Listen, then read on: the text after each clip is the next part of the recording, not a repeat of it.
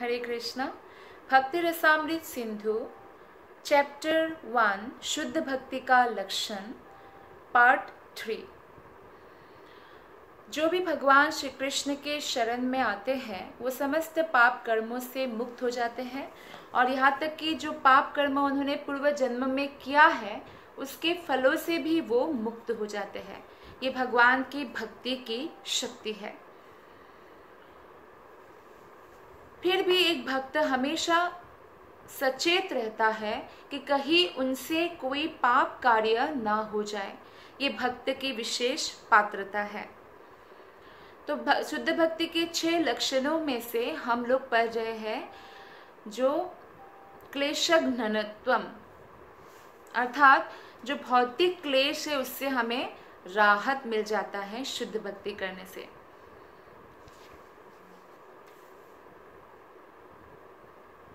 इस प्रकार श्रीमद् भागवत का कथन है कि भले ही कोई चांडाल कुल में ही क्यों ना जन्मा हो, किंतु यदि वो भक्ति करता है तो वेद विहित कर्मकांडों में भाग लेने का अधिकारी बनता है। अर्थात जो यज्ञ आदि है वो चांडाल कुल में जन्म होने के बाद भी तब कर सकता है जब वो भगवान कृष्ण के शुद्ध भक्त बनते हैं। इस कथन से यह प्रच्छन्न है, क्लियर है कि चंडाल कुल में उत्पन्न व्यक्ति सामान्यतया यज्ञ संपन्न करने के योग्य तो नहीं होते हैं। इन वेद विहित कर्मकांडों को संपन्न करने का भार जो है पुरोहित वर्ग पर है, जिसे ब्राह्मण वर्ण कहते हैं। बिना ब्राह्मण हुए कोई इन संस्कारों को संपन्न नहीं कर सकता और संपन्न करेंगे भी उस संस्कार करने से जो फल होना चाहिए वो फल नहीं मिलेगा। लेकिन अब हमें यहाँ पे समझना है ब्राह्मण शास्त्र में किसको कहा गया है। जिसके अंदर ब्राह्मण गुण है उसको ब्राह्मण कहा गया है। चांडाल कुल में जन्म हुआ व्यक्ति ने भी अपना डेवलपमेंट तमोगुण से अगर सतोगुण तक कर लिया है तो वो ब्राह्मण बन जाते हैं। जैसे ही कोई कृष्ण भक्त बनते हैं उनमें समस्त दिव्य गुण प्रवेश करने लग जाते हैं। वो समस्त जो पाप कार्य है उससे दूर होने लगते हैं और इसीलिए वो यज्ञ आदि अनुष्ठान कर सकते हैं। अगर कोई ब्राह्मण कुल में उत्पन्न हुआ व्यक्ति भी रजोगुणी या तमोगुणी हो तो वो यज्ञ करने के योग्य नहीं होते हैं। ऐसा नहीं है कि कोई भी ब्राह्मण कुल में तो उत्पन्न हुआ है पर शराब सिगरेट आदि पी रहे हैं या मांस खा रहे हैं तो उनको मंदिर के अच्छे विग्रह के पूजन का अधिकार नहीं दिया जाता है, विष्णु अच्छे विग्रह के। तो तात्पर्य यह है कि गुणों से और कर्मों से ही व्यक्ति महान बनता है। तो इसीलिए मनुष्य जीवन पाने का हमें ये लाभ है कि हम कितना ही अभी निम्न अवस्था में क्यों न हो फिर भी हम एकदम सर्वोत्तम अवस्था तक प्रगति कर सकते हैं। तो ये है हमारा जो है मनुष्य जन्म पाने का ये हमारा फायदा है, लाभ है। मनुष्य अपने पूर्व विगत कर्मों के कारण जन्म भी उच्च या नीच हमें पूर्व जन्मों के हिसाब से ही मिलता है। माना जाए कि कोई व्यक्ति चांडाल कुल में जन्म लेता है तो इसका अर्थ है कि पूर्व जन्म में उन्होंने कोई ऐसा कार्य किया था, किंतु यदि ऐसा व्यक्ति भी भक्ति मार्ग स्वीकार करता है और पवित्र नाम का कीर्तन करता है, हरे कृष्ण कृष्ण कृष्ण हरे हरे, हरे राम राम राम हरे हरे, तो वो तुरंत कर्मकांड का जो भी कार्य है उसको करने का पात्रता हासिल उनको मिल जाता है, अधिकार प्राप्त हो जाता है, हासिल हो जाता है। इसका अर्थ यह हुआ कि उसके सारे पाप कर्म तुरंत निष्प्रभावित हो जाता है कृष्ण के शरण ग्रहण करने से। कृष्ण ने हमसे प्रॉमिस किया है ना कि हम त्वाम सर्व पापेभ्यो मोक्षयिष्यामि मा शुचः, डरो मत, मैं तुम्हारे समस्त पाप को खत्म, पाप कर्म को ही खत्म कर दूंगा, समस्त पाप फलों से निरस्त कर दूंगा, मुक्त कर दूंगा। पद्म पुराण में कहा गया है कि पाप पूर्ण जो कर्म है इसका जो प्रभाव पड़ता है हमारे जीवन में वो 4 प्रकार है। पहला है अप्रारब्ध, अर्थात वो प्रभाव जो अभी फलीभूत नहीं हुआ है, मैच्योर्ड नहीं हुआ है। दूसरा है बीज, बीज रूप में पड़ा रहने वाला प्रभाव। तीसरा है वो प्रभाव जो पहले ही प्रौढ़ हो चुका है, यानी प्रारब्ध, मैच्योर हो चुका है। और चौथा है जो प्रायः प्रौढ़ है, कुट। तो ये भी कहा गया है कि इस चारों प्रभाव उनके लिए तुरंत लुप्त हो जाते हैं जो भगवान विष्णु की शरण में जाते हैं और पूर्ण कृष्ण भावना भावित होकर उनकी सेवा में संलग्न रहते हैं। तो ये 4 प्रकार के जो है पाप कर्म का प्रभाव होता है हमारे जीवन में।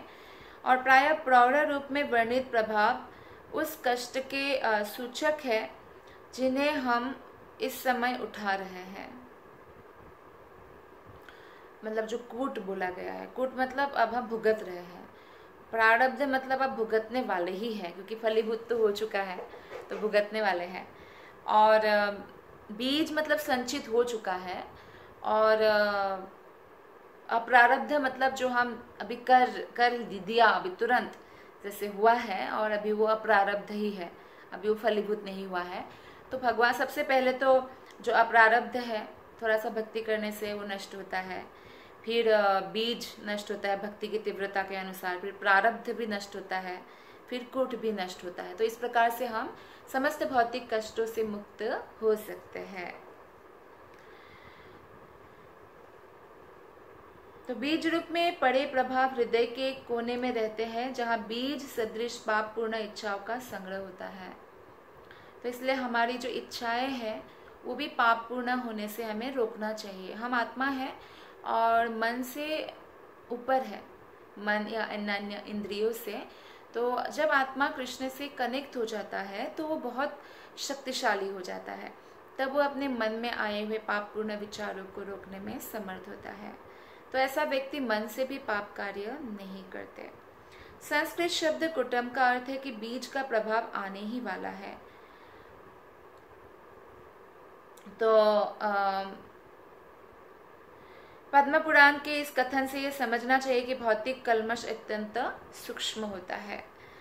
तो भौतिक कल्मश इतना सूक्ष्म होता है, मन भी सूक्ष्म शरीर है, तो सूक्ष्म शरीर में वो कल्मश पड़ा रहता है और मन के कारण ही हमें शरीर प्राप्त होता है। जैसे हमें ये शरीर भी प्राप्त हुआ, तो पूर्व जन्म में हमने जिस चेतना को डेवलप किया है, जिस चेतना को हमने धारण किया था, उसके हिसाब से हमें हमारा ये जन्म जो है निर्धारित हुआ है। और मान लीजिए ये जन्म बहुत अच्छा है, आप बहुत अच्छे घर में है और सब कुछ अच्छा हो रहा है आपके साथ, लेकिन अगर इस जन्म में हमने ध्यान नहीं दिया मनुष्य योनि प्राप्त होने बाद भी, तो क्या होगा, फिर अगला जन्म हमारा बहुत खराब हो सकता है। लेकिन मनुष्य योनि प्राप्त होने पर अगर इस जीवन में हमने ध्यान देना प्रारंभ किया तो अगला जीवन बहुत सुंदर हो सकता है। तो ये जो अलग अलग प्रकार के पाप कर्मों का प्रभाव है, ये समस्त प्रभावों को अगर हमें नष्ट करना है, ये कष्टों की जो श्रृंखला है इसको हमें खत्म करना है, तो एकमात्र उपाय क्या है, यही है कि हम भगवान कृष्ण की शुद्ध भक्ति करें। जब किसी को रोग होता है तो रोग का कारण या उसका जो उद्गम है, कहाँ से आया, कितना बढ़ेगा समय के साथ, तो ये निश्चित कर पाना बहुत कठिन होता है। किसी रोग की व्यथा सहसा उत्पन्न नहीं होती। रोग भी जो हमारे जो शरीर में रोग पनपता है तो वो भी समय लगता है, और पनपने के बाद ठीक होने में भी समय लग जाता है। तो एकदम से कुछ भी नहीं होता है। जैसे हमारे मन में जो इच्छाएं हैं, वो एक इच्छाएं हम पूर्ति करते भौतिक, तो और इच्छाएं पूर्ण प्रकट हो जाते हैं। तो हमें ये समझना चाहिए कि अगर हम बहुत सारी इच्छाओं को इस तरह से प्रश्रय देंगे तो फिर हम भक्ति में हमारा मन नहीं लगेगा। तो इसलिए जो नीड है, नीड ऑफ द आवर, तो नीड पर हमें बेसिक्स पर ध्यान देना चाहिए, और बाकी लग्जरी की ओर बहुत ज़्यादा जाने का प्रयत्न नहीं करना चाहिए। अगर भाग्य में है तो लग्जरी अपने आप आता ही है हर भक्त के जीवन में, तो उस लग्जरी को भी वो भगवान की सेवा में उपयोग करते हैं और खुद जो है सरल जीवन व्यतीत करते हैं। इसमें श्रील प्रभुपाद जी एक बहुत सुंदर उदाहरण दिया है कि जिस तरह एक डॉक्टर सावधानी बरतने के लिए संदूषण को फैलने से रोकने के लिए टीका लगाता है, उसी तरह हमारे पाप पूर्ण कर्मों के बीजों को फलीभूत होने से रोकने का व्यवहारिक टीका है एकमात्र कृष्ण भावनामृत में संलग्न होगा। तो संलग्न होना चाहिए। तो वैक्सीन लगाते हैं ना लोग, वैक्सीन कि ये बीमारी ना फैले, इनके शरीर में ना आए, तो वैक्सीनेशन होता है, टीका होता है। तो इसी प्रकार से अगर हमें हमारा जो भवरोग है उससे हम मुक्त होना चाहते हैं, और जो आसपास जो भौतिक संदूषण है, भौतिक जो पोल्यूशन है, तो उससे हमें हमारे मन को प्रोटेक्ट करके रखना है, तो उसका वैक्सीनेशन क्या है? कृष्ण भावनामृत में संलग्न रहना। ऐसा नहीं कि आज संलग्न हो गए तो कल छोड़ देंगे, हमेशा के लिए संलग्न होना चाहिए। तो इस प्रसंग में शुकदेव गोस्वामी श्रीमद् भागवत में 6.2.17 श्लोका में अजामिल का आख्यान सुनाते हैं परीक्षित महाराज को। उसमें कहते हैं कि अजामिल जो है बचपन से ही एक बहुत अच्छे कर्मकांडी ब्राह्मण थे, अपने कर्तव्यों को बहुत अच्छे से पालन करते थे, यहाँ तक कि वो नारायण शिला का भी बहुत सुंदर सेवा करता था। लेकिन जब जवान हुआ और एक बार वो कुछ जंगल से लकड़ी और फल फूल आदि लेने गया, तो एक वेश्या को देखा और देखते ही आकर्षित हो गया और अपने आप को वो कंट्रोल नहीं कर पाए, और जिसके कारण बाद में उनका जीवन थोड़ा अस्त व्यस्त हो गया। वो अपने तरुण पत्नी जो सती साध्वी और अच्छे घर परिवार से थी उनको निकाल दिया, अपने वृद्ध माता पिता को निकाल दिया, वेश्या को घर ले आए, वेश्या के गर्भ से संतान उत्पन्न किया। तो इस प्रकार से भ्रष्ट हो गए। लेकिन क्योंकि वो नारायण नाम जप रहा था, अपने पुत्र का, छोटा पुत्र का नाम नारायण रखा था, तो ऐसे जब जब के ही उनका पाप जो है नष्ट होने लगा, और फिर उनको विष्णुदूत आके बचा लेते हैं यमदूतों से। तो सुखदेव गोस्वामी ने यहाँ संकेत करते हैं सुखदेव गोस्वामी कि पाप कर्मों की प्रतिकार करने के लिए जो है तपस्या या दान तथा कर्मकांड संस्तुत विधियां है। हमारे शास्त्रों में बताया गया है कि कोई पाप करे तो उसका प्रायश्चित्त कैसे करना है। तो उसकी कुछ कर्मकांड में या कुछ दान देकर या तपस्या करते हुए वो पाप कर्मों का प्रायश्चित्त हो सकता है, लेकिन क्षणिक प्रायश्चित्त हुआ वो, क्योंकि जैसे वो कार्य करके निपट जाएंगे तो तुरंत वो खड़ा कर फिर वही पाप कर्म शुरू करेंगे। क्यों? क्योंकि पाप कर्म करने का जो बीज है उनके हृदय में है, तो ये बीज केवल कृष्ण भक्ति से ही नष्ट हो सकता है, अन्यथा नहीं। जैसे मान लीजिए जंगल में आग लगा तो पूरा जल गया, लेकिन जो बांस है, बांस का जो जड़ है वो भी मिट्टी के अंदर है, वो जला नहीं है, तो उससे फिर से बांस उग सकता है ना। तो इस प्रकार से जो है, जो हृदय में पाप पूर्ण कामना का जो बीज है वो हम ऐसे ही तपस्या, दान से या कर्मकांड से या दार्शनिक चिंतन से या कोई और यौगिक तरीके से नहीं हटा सकते, केवल और केवल कृष्ण भक्ति से ही हटाया जा सकता है। और ये बहुत आसानी से हो सकता है। बाकी तरीका तो बहुत आपका खर्चा भी होगा और मेहनत भी है, लेकिन यहाँ पे सिंपल बस हरे कृष्ण कृष्ण कृष्ण हरे हरे, हरे राम राम राम हरे हरे, इस महामंत्र का कम से कम 16 माला रोज जप करना है, तो आसानी से हट जाएगा। तो जब तक, इसलिए जो है चैतन्य महाप्रभु कहते हैं कि हमें हरिनाम का शरण ग्रहण करना चाहिए। हरिनाम का शरण ग्रहण करने से 100% हम शुद्ध हो सकते हैं, और बाकी विधियों से हम 100% शुद्ध नहीं हो सकते हैं। वैदिक कर्मकांड करने, दान देने में या धन देने में, जैसे दान में धन देते हैं, तपस्या करने से मनुष्य को पाप कर्मों के फलों से क्षणिक ही मुक्ति मिल सकती है। तो इसमें उदाहरण दिया है श्रील प्रभुपाद ने, जैसे बहुत ज़्यादा यौन आचार जो करते हैं, तो विषयी जीवन बिताते हैं, आज ये स्त्री वो स्त्री, फिर वेश्यालय भी जाते हैं, तो उनको एक बीमारी होती है रतीज नाम का एक जो है रोग से पीड़ित होते हैं, जो यौन रोग होता है। और जब चिकित्सक इस रोग का इलाज करते हैं तो उनको काफ़ी पीड़ा सहनी पड़ती है, तकलीफ होती है। और लेकिन जब ये पीड़ा सह लेते हैं और डॉक्टर है तो डॉक्टर ट्रीटमेंट कर देते हैं तो वो ठीक हो जाते हैं। लेकिन ठीक होने के बावजूद भी, क्योंकि उनकी आदत ही है, जैसे कोई वुमेनाइजर है तो उनकी आदत ही है बहुत सारे स्त्रियों के साथ संग करने की, तो फिर से वो यौन रोग से पीड़ित हो जाता है, उस रतीज रोग से पीड़ित हो जाता है। क्यों ऐसा हुआ? क्योंकि ये बीमारी से जो उनको पीड़ा मिली, उससे उनके हृदय में जो काम भावना है या ऐसी काम भावना जो अवैध है, अवैध यौन संबंध को उकसाने वाली, वो खत्म नहीं हुई है। तो इसीलिए वो उस बीमारी से बार बार जो है पीड़ित होते रहते हैं, क्योंकि काम भावना को नष्ट करना कोई इतना आसान कार्य नहीं है। व्यक्ति वृद्ध हो जाते हैं तो भी काम भावना नष्ट नहीं हो सकता है। तो उसके लिए क्या करना होता है, भगवान का शरण ग्रहण करना होता है। भगवान की शरण ग्रहण करने से हमारा हृदय शुद्ध होने लगता है। और भगवान भी बहुत दयालु है कि वृद्ध होने के साथ साथ व्यक्ति का जो शरीर है वो धीरे धीरे नम्रता की ओर हमें आना ही पड़ता है।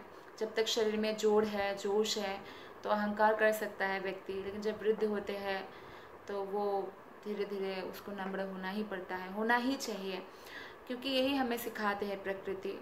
और आज ही अगर हमने नम्रता को एक्सेप्ट कर लिया तो हमारा जीवन धन्य धन्य हो सकता है। तो हृदय की शुद्धि के बारे में बताया गया है, नहीं तो रोग से बार बार पीड़ित हो जाएगा। अगर हमारे अंदर कंट्रोलिंग पावर नहीं है तो हम रोग से पीड़ित होते रहेंगे। जैसे उदर रोग होता है, तो उदर रोग इसलिए होता है क्योंकि हमारा डाइट पर कंट्रोल नहीं होता, खाने पे कंट्रोल। उदर रोग ही क्या, कोई भी रोग अगर आ रहा है तो हमारा डाइट और जीवन शैली पर कंट्रोल नहीं होने की वजह से आ रहा है।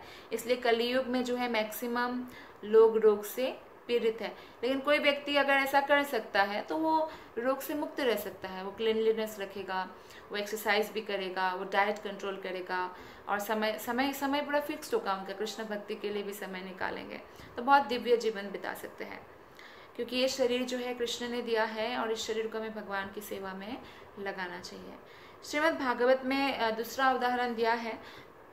एक्चुअली परीक्षित महाराज को जब कर्मकांड के बारे में बताते हैं सुखदेव गोस्वामी, ये पापों से प्रायश्चित्त करने का ये तरीका है, तो परीक्षित महाराज कहते हैं कि ये तो हाथी का नहाने जैसा है। हाथी पानी में जाते हैं, अपने सूंड से अच्छा शावर लेते हैं और अच्छे से नहाते हैं, एकदम साफ हो जाते हैं। फिर जैसे ही तट पर आते हैं उसी सूंड से मिट्टी उड़ेल लेते हैं अपने ऊपर, फिर से गंदा हो जाता है। तो यही तो हुआ, व्यक्ति पाप का प्रायश्चित्त करने के कर्मकांड का उपाय करेंगे, यज्ञ अनुष्ठान करेंगे, दान देंगे, तपस्या करेंगे, और जैसे ही घर आए वही पाप करने में प्रयुक्त हो गए, फिर क्या फायदा हुआ उनका। तो इसको हाथी के नहाने के साथ भी तुलना किया गया है। तो इसलिए ऐसा इसलिए क्योंकि पापपूर्ण कामनाओं का बीज जो है हृदय में बचा रहता है, और इस बीज से मुक्त होना है, इस बीज को जला देना है। जैसे जला हुआ बीज अगर आप खेत में रोपण करेंगे तो उसमें से कुछ भी नहीं उगेगा। तो अगर हमारे जो हृदय में पापपूर्ण बीज है, जो पाप करने के लिए हमें प्रवृत्त करते हैं, उससे अगर हम मुक्त होना चाहते हैं तो हमें क्या करना चाहिए, कृष्ण के जो है कृष्ण और कृष्ण भक्तों के शरणागत होना चाहिए। तो इससे कृष्ण भक्ति करने से, शुद्ध कृष्ण भक्ति के द्वारा हम हमेशा के लिए पाप पूर्ण बीज से मुक्त हो सकते हैं। और जब बीज ही नहीं रहेगा तो वहाँ से पाप कैसे होगा, और पाप ही नहीं होगा तो हम भगवत धाम जाने के अधिकारी बन जाएंगे। श्रीमद् भागवत में 4.22.39 एक अन्य साक्ष्य है, जिसमें सनत कुमार कहते हैं, हे राजन, मनुष्य का मिथ्या अहंकार इतना प्रबल होता है कि वो उसे इस जगत में उसी तरह रखता है जैसे कोई प्रबल रस्सी से बंधा हुआ हो। मिथ्या अहंकार में ये शरीर हो, शरीर से संबंधित मेरे है, मैं इतना सुंदर हो, मैं इतना धनी हूँ, मैं इतना एजुकेटेड हो, मैं इतने बड़े परिवार से हूँ। बार बार वो जिक्र करते हैं अपने बातों में कि वो कितने बड़े खानदान से है, कितने बड़े उनका पावर पोजीशन है। तो ये प्रबल रस्सी है जो हमें भौतिक जगत में बांध कर रखता है। तो एक्चुअली ज्ञानी वो व्यक्ति है, वाइज जिसे कहते हैं, जिसके पास सब कुछ होने के बाद भी वो विनम्रता रखते हैं, तो वो ज्ञानी है। जो मूर्ख है उसके पास थोड़ा बहुत भी आ जाता है तो इतना अहंकार में फूल जाता है, इतना प्राउड हो जाता है उसको कि उसको संभाला नहीं जाता। जैसे असुरों के साथ ऐसा होता है। लेकिन जो आप देखिए भक्तों के साथ क्या नहीं था, महान राजाओं के पास, युधिष्ठिर महाराज, अम्बरीश महाराज, जनक महाराज आदि, लेकिन अर्जुन के पास, लेकिन वो लोग इतने विनम्र थे सब कुछ होने के बाद भी। तो मिथ्या अहंकार ही एक्चुअली दृढ़ गांठ है जो अज्ञान के अंधकार में हमेशा हमें रखते हैं और इस भौतिक जगत में हमें बांध के रखते प्रबल रस्सी की तरह। तो जो लोग कृष्ण भावना भावित नहीं है, अगर वो कर्मकांडी बनना चाहते हैं या कोई दार्शनिक बनना चाहते हैं, लेकिन वो कृष्ण भक्त के जितना प्रगति नहीं कर सकता है। तो इसलिए श्रील प्रभुपाद कहते हैं कि प्रत्येक व्यक्ति का ये कर्तव्य है। क्या कर्तव्य है? प्रत्येक व्यक्ति मतलब each and every person in this world, क्या कर्तव्य है कि वो मिथ्या अहंकार की दृढ़ गांठ को काटने और भौतिक कार्य में व्यस्तता से छूटने के लिए कृष्ण भावनामृत के कार्यों में अपने को लगाए। तो भौतिक कार्यों से छूटने का प्रयत्न करना चाहिए, भौतिक अहंकार से, मिथ्या अहंकार से। जब तक मनुष्य अपने स्वरूप से अनभिज्ञ रहता है कि मैं आत्मा हूँ, कृष्ण का अंश हूँ, मेरा एकमात्र कर्तव्य कृष्ण की सेवा करना है, तब तक हम गलत कर्म करते रहते हैं और भौतिक प्रकृति की गुणों में फंसे रहते हैं। तो ये वास्तविक ज्ञान हमें प्राप्त करना है। कई बार हम ज्ञान प्राप्त करते हैं, पर भक्तों की संगति से ही हमें धीरे धीरे रियलाइजेशन होगा। भले ही हम भले ही आज नहीं समझे हैं। जैसे एक बार श्रील प्रभुपाद को एक व्यक्ति ने बोला कि आपके सारे बुक्स में तो आप यही लिखते हो, मुझे तो बहुत रिपीटेशन लगा कि हम आत्मा है, हम ये शरीर नहीं है और हम भगवान के अंश है, यही लिखते रहते हो आप। तो प्रभुपाद ने बोला अच्छा ठीक है, तो आपको समझ में आ गया? तो उस व्यक्ति ने बोला कि नहीं, मुझे इतना समझ नहीं आता। तो बोलते ठीक है, और 100 बार पढ़ो इसी लाइन को, इसी चीज़ को, इसलिए मैंने इतनी बार लिखा है मेरे बुक्स में ये चीज़ को, ताकि समझ जाए व्यक्ति। क्योंकि ये अगर हम समझ पाए तो हम अज्ञानता के अंधकार से हमेशा के लिए मुक्त हो सकते हैं। तो पद्म पुराण में पुष्टि हुई है, कृष्ण भावनामृत में शुद्ध भक्ति सर्वोच्च प्रकाश है, और ऐसा प्रकाश उस प्रज्वलित दावाग्नि की तरह होता है जो कामना रूपी अशुभ सर्पों को विनष्ट कर देती है। देखिए, जब जंगल में जब आग लगती है ना, तो जंगल में आग लगने पर जो चार पांव वाले जो जानवर होते हैं वो तो इधर उधर भागते हैं बच निकलने के लिए, लेकिन जो सांप होते हैं वो भाग नहीं पाते, तुरंत उनका सफाया हो जाता है।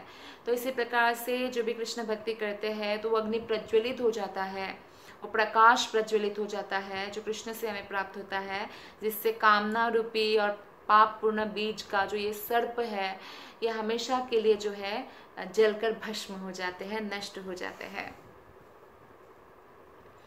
तो इस तरह से हमारा दुख नष्ट हो गया। अगर हमने जो अज्ञानता से ऊपर प्रकाश की ओर गति किया तो हमारा समस्त दुख नष्ट हो गया।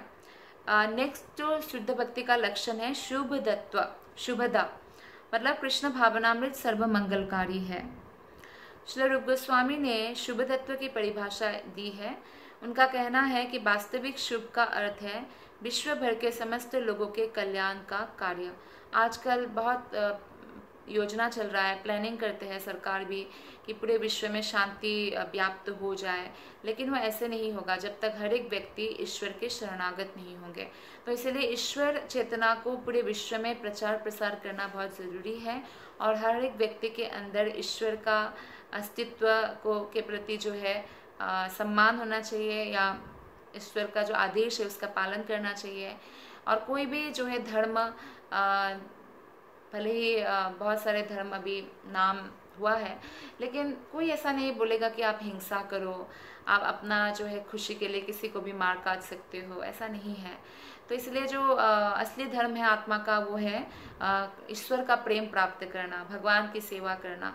तो ईश्वर का प्रेम प्राप्त करना है तो ईश्वर ने जिसको भी क्रिएट किया है सबके प्रति हमारी जो है हृदय में दया होनी चाहिए, और भगवान के नाम जप करना चाहिए। आपने देखा होगा कोई चाहे क्रिश्चियन हो, सिख हो, जैन हो, मुसलमान हो, चाहे कुछ भी हो, वो माला में नाम जप करते हैं भगवान का, है ना।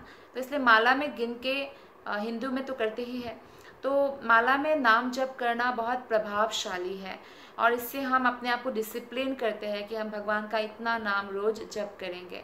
और इससे क्या होता है, हमारा जीवन में कल्याण ही कल्याण होता है, मंगलकारी है। इसलिए जैसे कि हरिदास ठाकुर के जीवन में एक वेश्या को भेजा, क्योंकि मुसलमान थे हरिदास ठाकुर, और बाकी जो नवाब आदि थे उनको पसंद नहीं आया कि वो कृष्ण भक्त बन गए, हरिनाम जप करते, 3 लाख नाम जप करते एक दिन में। तो सबसे सुंदर वेश्या को भेजा उनको पतित करने के लिए। और तब क्या करेंगे, जब वो वेश्या के साथ लिप्त होंगे तो सबके सामने बोलेंगे कि देखो ये ऐसा है, तो फिर इस प्रकार उनको लज्जित करना चाहते थे।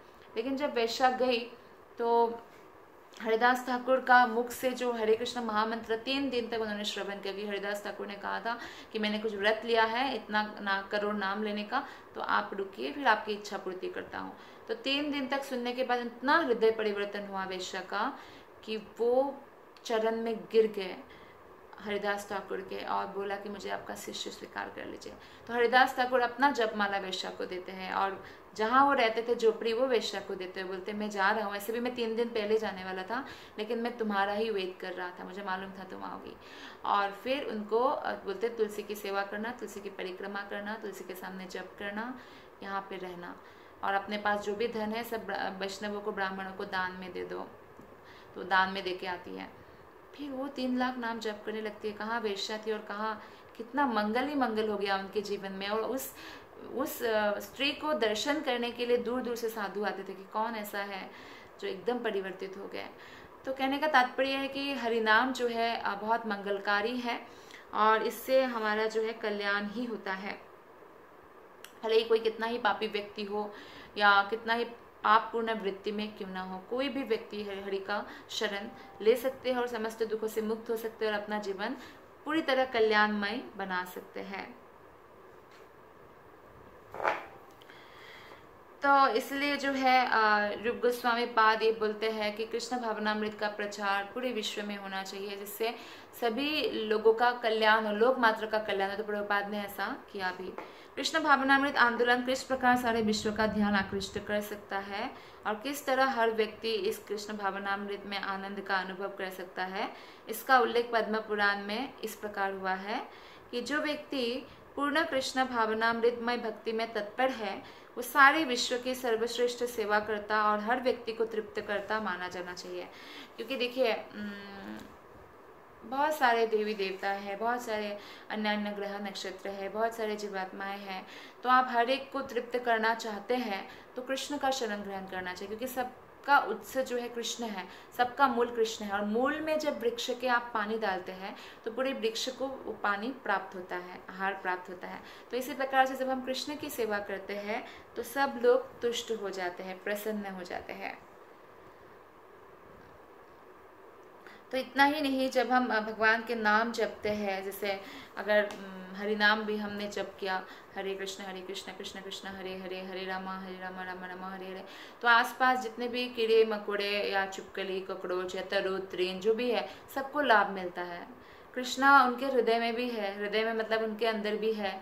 तो कृष्णा के प्रति, उनके प्रति आकर्षण है कृष्ण के लिए उस जीवात्मा का, लेकिन क्या है, सुप्त अवस्था में। तो वो जागृत अवस्था को प्राप्त करते हैं जब हम ऐसे नाम जपते हैं। एक बार एक साइंटिस्ट ने ऐसा किया कि लैब दो ऐसा रखा, एक ही टेम्परेचर, दोनों रूम टेम्परेचर सेम है, और स्प्राउट्स जो होते हैं ना, जो ग्रीन कलर का मूंग दाल, तो उससे वो स्प्राउट्स निकालने के लिए छोड़ दिया। तो एक रूम में उन्होंने हरे कृष्ण महामंत्र, जो मशीन आता है ना, जो हरे कृष्ण महामंत्र जपते रहते हैं श्री प्रभुपाद जी, तो वो मशीन फिक्स किया, और दूसरे रूम में कुछ भी नहीं फिक्स किया। तो दूसरे रूम में उन्होंने देखा कि स्प्राउट्स निकला है और टेढ़ा मेरा ऐसा निकला है। और फिर जब समय आया निकलने का, फिर जब अनदर रूम में चेक किया तो देखा कृष्णा नाम जहाँ चल रहा था वहाँ जो स्प्राउट्स का जो वो निकल आया है, एकदम स्ट्रेट निकला है। अर्थात जो हम सोचते हैं कि ये तो चल फिर नहीं सकते हैं, लेकिन उसके अंदर भी आत्मा है, बीज है, तो उनके अंदर भी सुप्त अवस्था में कृष्ण प्रेम है, तो कृष्ण के प्रति आकर्षण है, तो रिएक्ट भी करते हैं। तो इसलिए हमें हम सबका कल्याण कर सकते हैं। जब उच्च स्वर में हरे कृष्ण महामंत्र का कीर्तन होता है तो सबका कल्याण होता है। इसका जीता जागता उदाहरण है भगवान चैतन्य महाप्रभु जब झारखंड के जंगल से जा रहे थे, तो उन्होंने रास्ते में कीर्तन करते हुए जा रहे थे, तो वो तो स्वयं भगवान है, कृष्ण ही भक्त रूप में आए हैं। तो फिर समस्त शेर, हाथी, सांप, हिरन सब एक साथ मिलकर नृत्य करने लग गए, क्योंकि वो भगवान थे। तो भगवान की शक्ति के कारण वो सारी आत्माएं हरिनाम का कीर्तन मुख से बोल बोल के नृत्य करने लग गए। तो ये प्रभाव है हरिनाम का, और खासकर जो जितना शुद्ध भक्त है, जितने उच्च स्तर के भक्त हैं, उतना ही अधिक प्रभाव हमारे ऊपर डालते हैं। इसलिए जब गुरु हमें हरिनाम से दीक्षित करते हैं, वैसे तो हरे कृष्ण महामंत्र कोई भी जप कर सकते हैं, लेकिन जब दीक्षा होती है, हरिनाम दीक्षा, तो गुरु से जब हम हरिनाम ग्रहण करते हैं तो वो और भी ज़्यादा प्रभावशाली होता है। तो उससे तुरंत जो है गुरु हमारे समस्त पाप को भी ले लेते हैं और साथ ही हमें वो शक्ति प्रदान भी करते हैं जिससे कि हम भगवत धाम जा सकें। और हमें बस क्या करना है, ऐसे बीज दे दिया तो उसमें हमें पानी डालना है, और पानी क्या है, हरे कृष्ण महामंत्र का रोज 16 माला जप करना चाहिए, जिससे ये भक्ति लता बीज बढ़ के सब कुछ क्रॉस करते हुए, ब्रह्म ज्योति को क्रॉस करते हुए भी गोलक धाम पहुंचे, कृष्ण के चरणों तक पहुंच जाए। यही नहीं कि कृष्ण भावनामृत में रत मनुष्य भक्ति कार्य करते हुए उन सभी उत्तम गुणों को विकसित कर सकता है जो सामान्यतया देवताओं में पाया जाता है। ये भागवतम में बताया गया है 5.18.12 में सुखदेव गोस्वामी कहते हैं कि जिसका भगवान श्री कृष्ण में अविचल श्रद्धा है। देखिए, ये श्रद्धा जो है बहुत बड़ा संपत्ति है। हर एक व्यक्ति में भगवान के प्रति श्रद्धा नहीं पाया जाता, आपने देखा होगा। जो व्यक्ति पुण्यवान है ना पूर्व जन्मों से, उनमें ही ये श्रद्धा विकसित होता है। तो ये श्रद्धा जो है बहुत बड़ा संपत्ति, इससे बड़ा संपत्ति और कुछ नहीं हो सकता।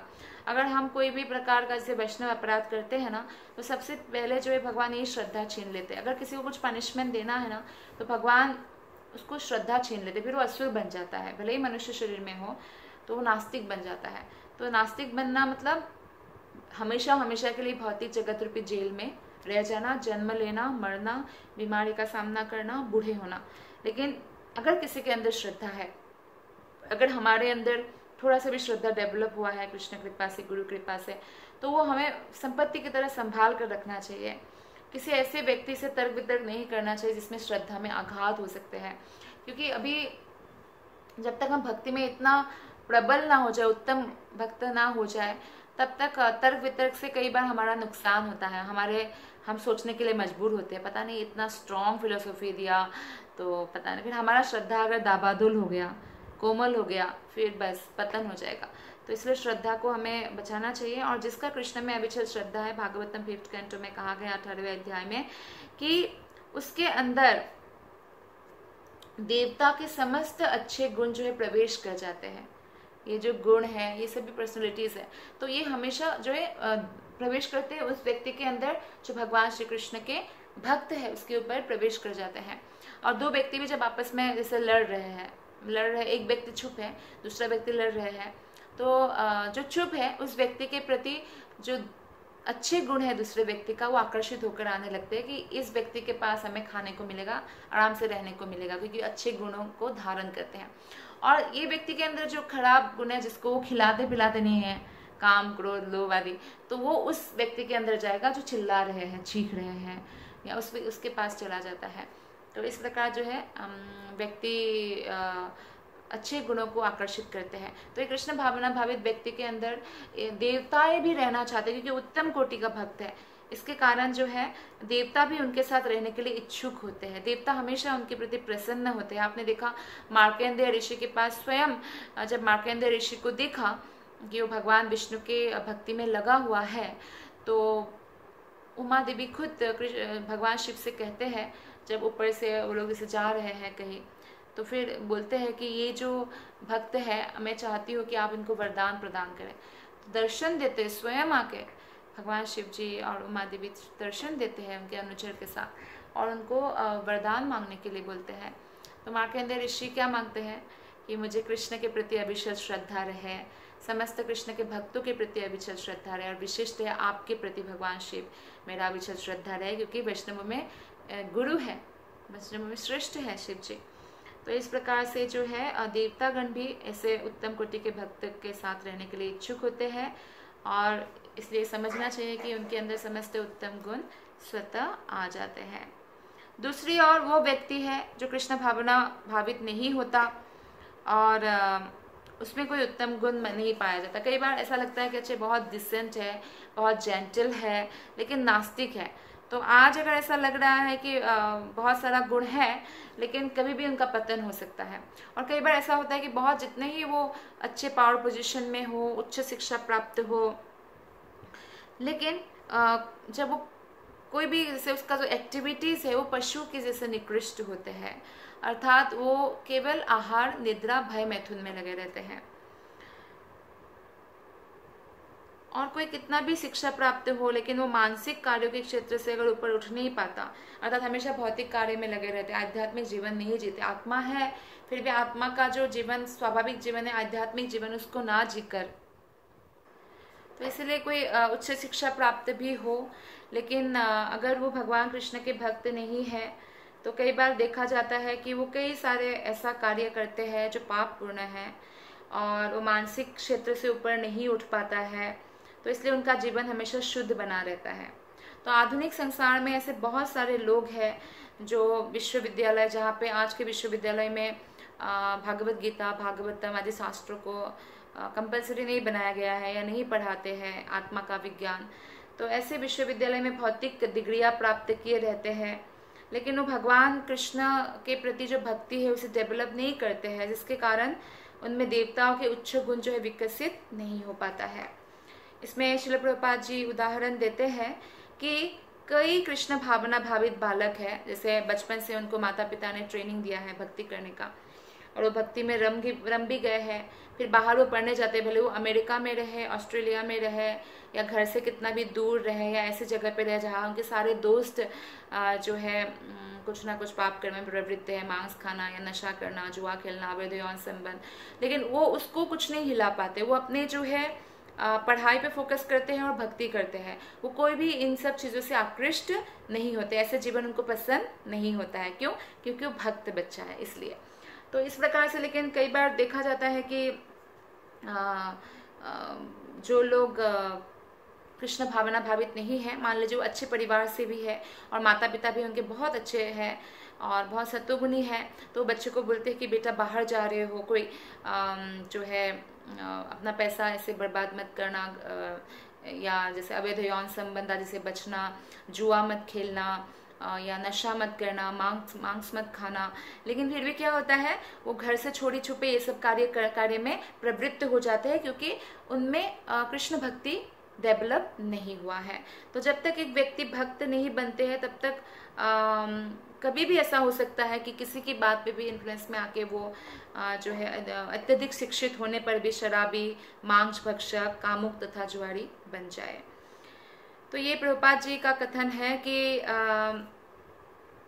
ये कतिपय व्यवहारिक प्रमाण हैं जो ये बताते हैं कि कृष्ण भावना भावित व्यक्ति किस तरह उत्तम गुणों से परिपूर्ण हो जाता है। तो अगर कोई भी अपने बच्चों के अंदर उत्तम गुण भरना चाहते हैं तो उनके अंदर भगवान के प्रति भक्ति को जगाना होगा, ये ना कहना प्रकारे ना।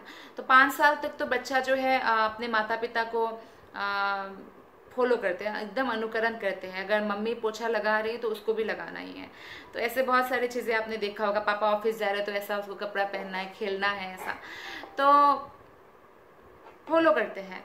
तो 5 साल के बाद 5 से 15 तक इंजेक्ट करना पड़ता है, शासन करना पड़ता है, उनको स्ट्रिक्टनेस मेंटेन करना पड़ता है। ऐसा नहीं कि स्ट्रिक्टनेस मेंटेन करना मतलब डंडे से मारना या पिटाई करना।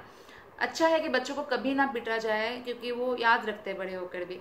तो उनको जैसे ऐसे दंड दिया जा सकता है, नाराज हो जाना, माता पिता नाराज हो जाते हैं, कई बार बात कम कर देते हैं, या जो उनको प्रॉमिस करते हैं कि आपको मैं ये लाके दूंगा तो लाके नहीं देते, कैंसिल कर देते हैं। या कई सारे माता पिता है जो रिवॉर्ड भी करते हैं कि इतना स्टार आपको मिलेगा तो इतना पैसा मिलेगा, उससे आप जो भी गिफ्ट खरीद सकते हो, लेकिन फिर उनका वो बंद कर देते हैं।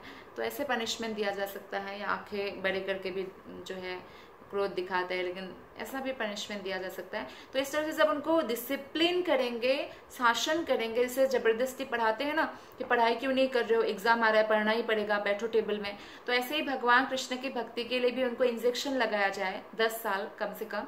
तो बच्चा क्या होता है, भले ही वो घर से बाहर निकलने पर थोड़े समय ऐसा लगे कि वो भक्ति से थोड़ा दूर हट गए, लेकिन रिवाइव द डिवाइन कॉन्शियसनेस, उसको फिर से वो भक्ति पूर्वक जीवन में वो किसी न किसी तरह से चले जाते हैं, उसको स्मृति आ जाता है मैच्योर होने पर।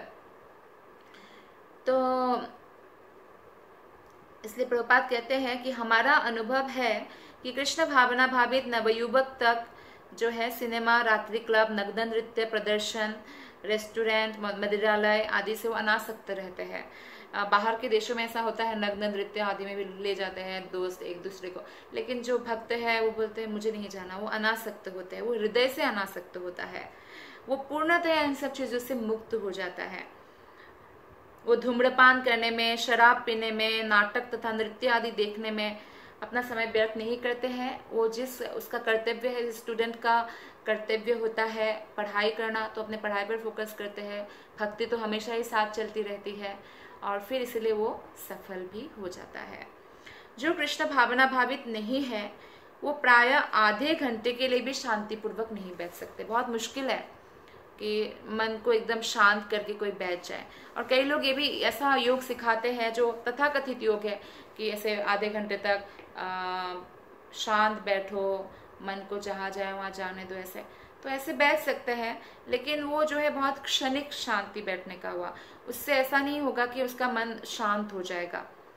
तथाकथित ध्यान के लिए भले ही आसन जमाएं, प्रभुपाद कहते हैं, किंतु योगाभ्यास के पश्चात वो पुनः वही जीवन में चले जाते हैं, वही अवैध विषयी जीवन, वही नशा करना या द्वैत क्रीड़ा, जुआ खेलना इत्यादि में लग जाते हैं। तो इससे कोई लाभ नहीं होगा, या बहुत सारे नैतिक बातें करने से भी कोई लाभ नहीं होगा, क्योंकि माता पिता बच्चों को हमेशा अच्छी चीज़ें ही सिखाते हैं, नैतिक बातें सिखाते हैं। लेकिन अगर बच्चों को भक्ति नहीं दे पाए या हम लोग भक्ति नहीं कर पाए तो हम पूर्णतः पाप कर्म से मुक्त नहीं हो सकते हैं। ऐसे बहुत सारे उदाहरण हैं। श्रील प्रभुपाद जब गए अमेरिका तो LSD जैसे भी जो है ड्रग्स लेने वाले लोग थे, लेकिन जब वो हरिनाम का शरण ग्रहण किया, हरिनाम कीर्तन किया, कृष्ण प्रसाद ग्रहण किया, धीरे धीरे उनका सब जो है इतना बड़ा ड्रग्स से वो जीरो नशा, कोई जुआ नहीं, कोई अवैध यौन संबंध नहीं, सबसे मुक्त हो गए, मांस नहीं खाना। तो अगर अमेरिकन जो उस समय शिष्य थे प्रभुपाद के, वो लोग मुक्त हो सकते हैं, तो भारत के जो लोग हैं वो तो ऑलरेडी बहुत पवित्र जीवन व्यतीत करते हैं, बहुत सारे चीज़ों से वो परहेज करते हैं। तो इसलिए कृष्ण भक्ति को हमें अंगीकार कर लेना चाहिए। तो इसलिए कृष्ण भावना भावित जो व्यक्ति होते हैं वो कोई तथाकथित ध्यान का सहारा नहीं लेते हैं, और फिर भी वो सिर्फ सरल जीवन जीकर कृष्ण की सेवा करते हुए प्रेम पूर्वक वो क्रमशः उनका प्रगति होता रहता है। प्रगति का पता चले ना चले, लेकिन उनका प्रगति होता रहेगा। चूंकि वो कृष्ण भावनामृत में रत रहता है, इसलिए वो स्वतः व्यर्थ की बातों का त्याग करके अपना खुद का एक उच्च चरित्र निर्माण करता है। तो जो पूर्णतः कृष्ण भावना भावित है, जो जेन्युइनली कृष्ण के प्रति शरणागत है, ऐसे व्यक्ति पर हम विश्वास कर सकते हैं, क्योंकि वो चरित्रवान होते हैं। मनुष्य कृष्ण का शुद्ध भक्त बनकर ही सबसे श्रेष्ठ चरित्र का निर्माण कर सकते हैं। पहले ऐसा बोला जाता था ना कि अगर आपका जैसे अगर आपका धन खोया है, if your money is lost something is lost, मतलब कहने का मतलब अगर आपका धन खोया है तो इतनी चिंता की बात नहीं है, धन वापस आ जाएगा। मतलब money is lost nothing is lost, money खोया है मतलब धन का वो हुआ है तो कोई बात नहीं है, आपको धन आ जाएगा, भाग्य में है तो। और स्वस्थ, अगर हेल्थ खोया है, health is loss, something is loss, मतलब स्वस्थ नष्ट हुआ है, शरीर का कुछ रोग आया है तो कुछ लॉस हुआ है, क्योंकि शरीर के बिना काम नहीं चलता। लेकिन character is loss, everything is loss, अगर कैरेक्टर आपका खो गया है, खराब हो गया है, तो सब कुछ आपका खो गया है, ऐसे बोलते थे पहले। लेकिन आजकल उल्टा हो गया, आजकल लोग मैक्सिमम ऐसा हो गया पूरे विश्व में कि character is lost, nothing is lost, कोई बात नहीं, चलता है। लेकिन स्वस्थ थोड़ा खराब हुआ, health is lost, something is lost, and money is lost, everything is lost. तो पैसों को ही सब कुछ मानने लगे हैं। पैसे कलयुग के लक्षण में 12वें स्कंद में बताया गया है कि कलयुग में जिसके पास धन है उनको अच्छा व्यक्ति माना जाएगा, उनको बहुत बहुत बड़े व्यक्ति माना जाएगा, उनका सम्मान किया जाएगा। कोई चरित्र का कितना ही अच्छा हो, अगर निर्धन है तो उसको बेकार माना जाएगा। तो ये कलयुग का लक्षण है। तो लेकिन फिर भी जो भक्त है वो एक उच्च चरित्र मेंटेन करते हैं, और जो उच्च चरित्र के व्यक्ति का ही संग करते हैं। मनुष्य कृष्ण का शुद्ध भक्त बनकर ही सर्वोच्च चरित्र का निर्माण कर सकता है। निष्कर्ष रूप में यह कहा जा सकता है कि यदि किसी में कृष्ण भावनामृत का अभाव है, नहीं है, अगर उसमें सही रूप से उत्तम गुण नहीं हो सकता है। तो उत्तम गुण का अगर विकास करना है तो हर एक व्यक्ति को भगवान के प्रति प्रेम विकसित करना होगा। धन्यवाद। हरे कृष्ण।